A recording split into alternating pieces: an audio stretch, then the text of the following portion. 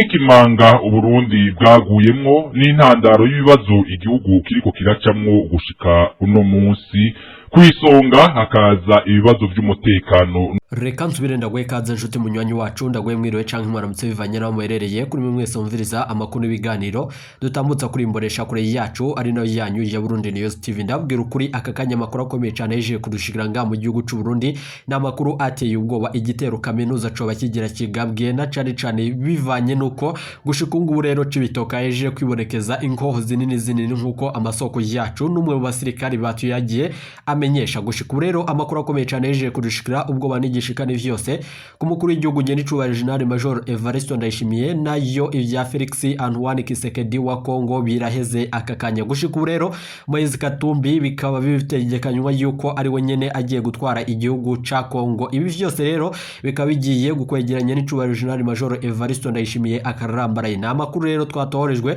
n'umwe mu basirikare bakomakomeye nga mu gihugu c'u Burundi yatugiriye nanone ikiyago kubijanye nibigiye kwibonekeza ngaha mu gihugu c'u Burundi nyuma yuko rero ibikoho binini vyakoroye na cane bivanywe mu gisagara ibujumbura nkuko amasoko yacu avyemeza gushika rero nyuma y'amajambo akomeye cyane nanone Keita yashikiriza nyuma yuko Felix Antoine Tshisekedi yibonekeje nanone ari karakorana na nyene cubahiro General Major Evariste Ndayishimiye. Nani vyo rero bigiye kudukwegera akarambara ibivanye n'ingingo ikomeye cyane ihuriro rya AFC rihejeje gufata kuba rihinduye ingendo ryo bari rigira nanone rihere kuri iki gihugu cacu c'u Burundi ari naco nyine ryita umwansi na cane bivanye n'ingendo umukuru w'igihugu nyene cubahiro General Major Evariste Ndayishimiye yibonekejemwo ijanye na cane wo kugaba ibitero ku mwari wa M23. Ibi vyose rero twaba tugiye gutanga inyisho zavyo nyuma yo kwibonekeza muri aya makuru y'igisirikare cacu kikabandanya cigumira mu gacereri mu nyuma z'uko abasirikare bacu bariko baragwa mu rugamba bahanganywemo n'umwari wa M23. Gushika rero ni munyemerere tuze kwigaruka ko muri aya makuru akomeye cane yeje kudushikira benshi bariko barabaza niba Moise Katumbi yoba nanone ari we nyene arongoye igihugu ca Kongo. Amasoko yacu rero hari amakuru akomeye cane dejeje kuronka ava muri Sena mu gihugu ca Kongo tugira yose tuyagaruke ko mu makuru yacu twabategurira. Reka rero nsubire ndagwe kaze nshuti munywanyi wacu kurumviriza amakuru y'ibigano dutambutsa kuri Burundi News TV uherereye irya nino ku migabane y'amakungu ya kure abatwumviriza muherereye irya nino mu karere k'ibiyaga binini ndagwe kaze nshuti munywanyi wacu kure wumviriza amakuru yacu uherereye ngaha mu gihugu cacu c'u Burundi abari ngaha ku mugwa mukuru wa politike abaherereye mu Cibitoke ndabubwira ukuri aka kanya makuru akomeye cyane yeje kudushikira arateye ubwo munyemerere tuze kubigaruka ko vyose nizere ko waje gupyonda ijambo sabone. Reka nsubire ndagukengurikiye cyane nshuti munywanyi kure waje gupyonda iryo jambo sabone kuba tarabikora akaniko karyonda gusoma no kumusi video rwanditse ijambo sabone pyonde ko uracurabona arakazo nyene pyonde ko hama tuje turabana makuru y'ibigano dutambutsa kuri Burundi News TV. Nguyu umugoroba mu bicane nga mu gihugu c'u Burundi nyuma yuko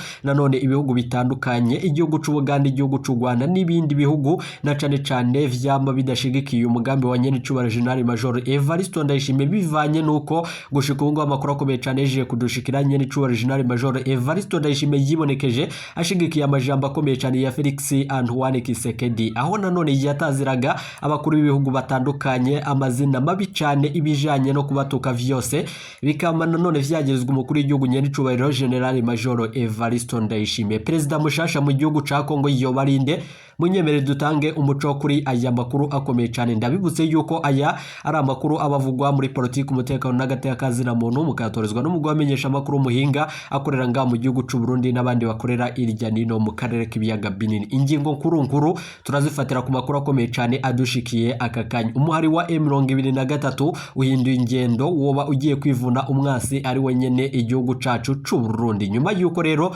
nyene cubahiro General Major Evariste Ndayishimiye yama yibonekeza mu bikorwa vyo kurungika abasirikare bakuru yo muhari wa M23 gushika rero wajeje kuba nanone ihuriro rya AFC nkuko amasoko yacu avyemeza rikaba rero ryaratanguriwe mu gihugu cibanye ca Kenya nanone President William Ruto aho nanone yamashikiriza nyene cubahiro General Major Evariste Ndayishimiye kwiyongora ku gihugu ca Kongo bivanye nuko atakeza gahari ahubwo ari ugukwegera abanyagihugu akarambara. Ni munyemere rero ubwoba n'igishikani vyose mu gisoda c'u Burundi na cane abari muri Republika Iharanira Intwaro Rusangi ya Kongo bo barungitswe kugira bacungerere umutekano wa Felix Antoine Tshisekedi. Gushika ubu rero amakuru avayo arateye ubwoba, vyose rero tukaza kubigaruka ko tubibashitsa ko mu buryo bw'idonido ndababwira ukuri. Gushika ubu ngubu rero nimwo kumva nanone urwamo rw'inkoho rutanguye kumvikana nyuma yuko rero mu Cibitoke harungitswe nanone ibigwanisho biteye ubwoba, inkoho zinini. Biravugwa yuko rero ivyo bigwanisho vyoba nanone biriko vyerekeza i Bujumbura kugira ngo nanone umwasi akurwe ko nkuko bitangazwa n'amakuru yacu ava muri Republika Iharanira Intwaro Rusangi ya Kongo. Nyene cubari General Major Evariste Ndayishimiye ariko aragirizwa kuba nanone yaribonekeje mu bikorwa bitandukanye vyo kurungika abazofasha Felix Antoine Tshisekedi wa Kongo mu kwiba amatora nyuma yuko bitangazwa n'abatari bakeyi muri ico gihugu. Gushika ubu rero Moise Katumbi nanone ajeje gushikiriza ijambo rikomeye cyane yoba nyene ari we mukuru w'igihugu mushasha ca Kongo nkuko amasoko yacu avyemeza. Igihugu kibanye c'u Rwanda cyo nyene coba kigira gitangure igikorwa gitandukanye bivanye n'umuburo wibonekeje ubwo Keita yatangaza nanone mu kanama karoni yuko bagiye kuboneka nanone ibintu bidasanzwe kandi bitamenyerewe nga mu gihugu c'u Burundi hamwe n'igihugu kibanye c'u Rwanda. Gushika rero kurubibe nico bagihejeje kwibonekeza yo munyemerere tuze kubigaruka ko muri amakuru twabateguriye.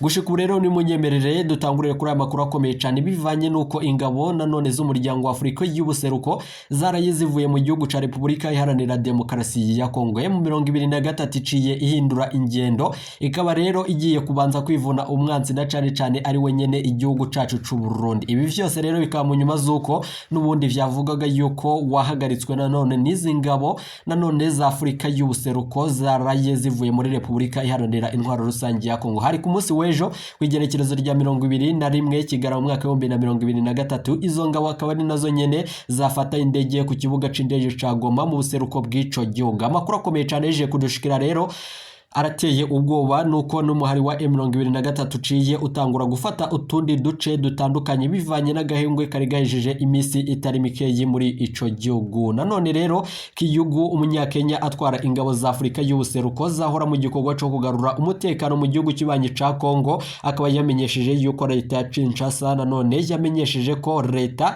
nanone itashatse kongereza amasezerano y'izo ngabo zibandanya igikorwa cazo muri ico gihugu. Kurundi ruhande rero ahubwo Republika Iharanira Demokarasi ya Kongo ikaba nanone yiteguye kwakira ku butaka bwayo ingabo z'umuryango w'ibihugu nanone vya Afrika y'ubumanuko SADC nkuko amasoko yacu avyemeza, ariko nanone ngo zize kubandaniriza aho abasirikare ba EAC bari bagejeje ikivi. Gushika rero President Tshisekedi nanone wa Kongo asanzwe yaranitoje nanone mu kibanza c'umukuru w'igihugu. Gushika ngubu abanyagihugu bakaba bahejeje gutangaza yuko amatora yabayemwo ubusuma buteye ubwoba na cane ko bagiriza igihugu cacu Burundi kuba coba carafashije Felix Antoine Tshisekedi mu bijanye n'amatora, ariko nanone hakaba hateguye yuko ryahurira nanone rirongwe na Colonel Nanga ryoba rigiye gushikiriza ijambo rikomeye cyane nyuma y'amakuru akomeye cyane duhejeje kuronka. Bikaba mu nyuma zuko rero yitoje muri ayo matora kuri uyu yabaye kuwa gatatu kwigenekerezo rya 20 Kigara mu mwaka wa 2023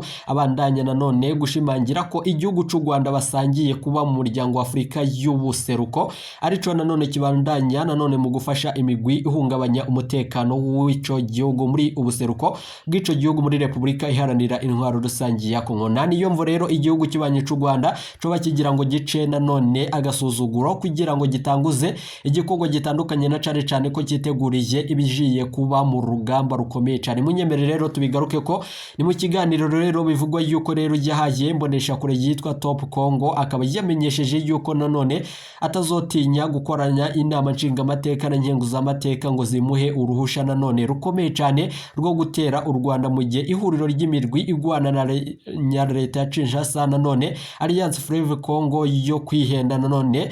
Amakuru akomeye cyane rero ngigatanguza igitero kuri ico gihugu. Felix Antoine Tshisekedi yasubiye mu majambo akomeye cyane nyuma yuko abona yuko Moise Katumbi nawe nyene yoba agira abandanye arongore ico gihugu. Yoba rero ari inkuru iteye ubwoba ku gihugu c'u Burundi Uburundi nanone bwoba bugiye gusambuka bivanye n'amakuru akomeye cyane avuye muri Repubulika iharanira intwaro rusangi ya Kongo. Tshisekedi nanone akaba nanone amenyesha ko azi neza ko iryo huriro rifashwa nanone n'igihugu nanone cibanye c'u Rwanda nkuko abishikiriza. Ni mu gihe rero haheze iyinga rimwe rikoze nanone inama yaryo ya mbere yabereye i Nairobi muri Kenya. President Tshisekedi ati abanyekongo ntimugire ubwoba, igisirikare cacu cirafise uburyo nanone bwo gushikira Kigali tutavuye nanone kandi tutavuye Kinshasa nkuko amasoko yiwe avyemeza. Kandi rero turafise ubushobozi bwo gutuma Paul Kagame w'igihugu kibanye c'u Rwanda adashobora kubandanya atera akajagari ngaha mu gihugu c'u Burundi. Ayo majambo rero na y'agacamutwe Felix Antoine Tshisekedi yasubiyemwo kuri rigenekerezo nyuma yuko ariko aravugwa yuko Felix Antoine Tshisekedi atazobandanya kurongora igihugu ca Kongo bivanye nuko Moise Katumbi ari wenyene ahabwa amahirwe n'abenye igihugu muri Repubulika iharanira intwaro rusangi yako. Ni munyemere rero tuze kubigaruka ko makuru akomeye cyane twabateguriye. Munyemere tubanze dutangurire kuri aya makuru avuga yuko umuhari wa M23 wahinduye ingendo ukabushaka kubanza kwivuna umwansi wayo ari nawe nyene igihugu cacu c'u Burundi. N'ayandi makuru twabateguriye reka tubanze dutangurire ku mboni yacu iherereye muri Repubulika iharanira intwaro rusangi ya Kongo. Ituyagire mu nyuma turaza kugaruka tubashitsa ko ayo nandi twabateguriye. Nizere ko aje gupyonda ijambo Sabone aza ari umukuru cyangwa userukira bose. Niyo habaye ingorane uza kugira ngo ingorane zabaye ko ngiro kiza kwiyumva mu yatowe. Jewe ico niyumvira ngo byatenda hanuje bantunganya atumire uko twovyita tunagira nti umukuru w'igihugu avuga muri aya matora azoba yashikirijwe n'uyu mu gihugu uje gutegura amatora. Uwo mukuru w'igihugu yokubahwa n'Kongo bose batorwa kujya gutora eka akubahiriza n'abanyekongo bose. Nuko yuko cyambere noneho cagira ku rubanza rukomeye mu kubahiriza abanyekongo bose nuko ngaho hasoranye z'umutekano yotora uburyo kugira ngo izongera z'umutekano zihere mbere binatuma n'ajyanye matora yashinga amateka bo mu gihugu cyangwa amashinga amateka bo mu ntara cyangwa abakonseye komino n'abandi bashobora gutorwa.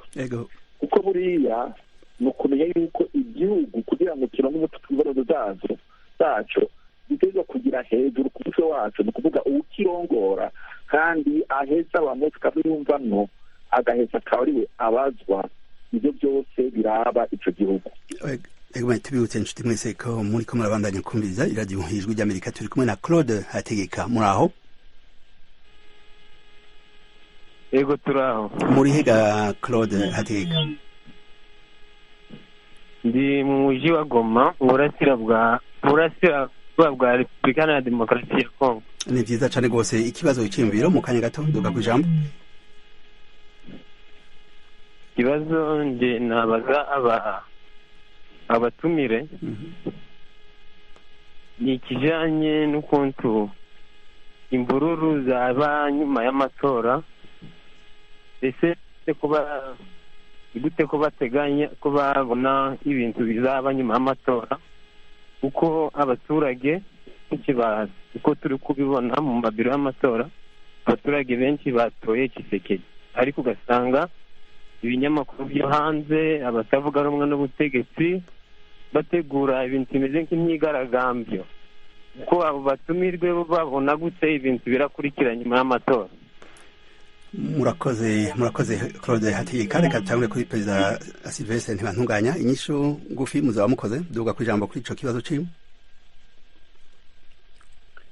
Nina numvise ikibazo neza, ndibaza yuko hari ibintu abenegihugu bateza kwama bafite ku mutima. Iyo ugiye kwitoza mu kugenda umenya ibi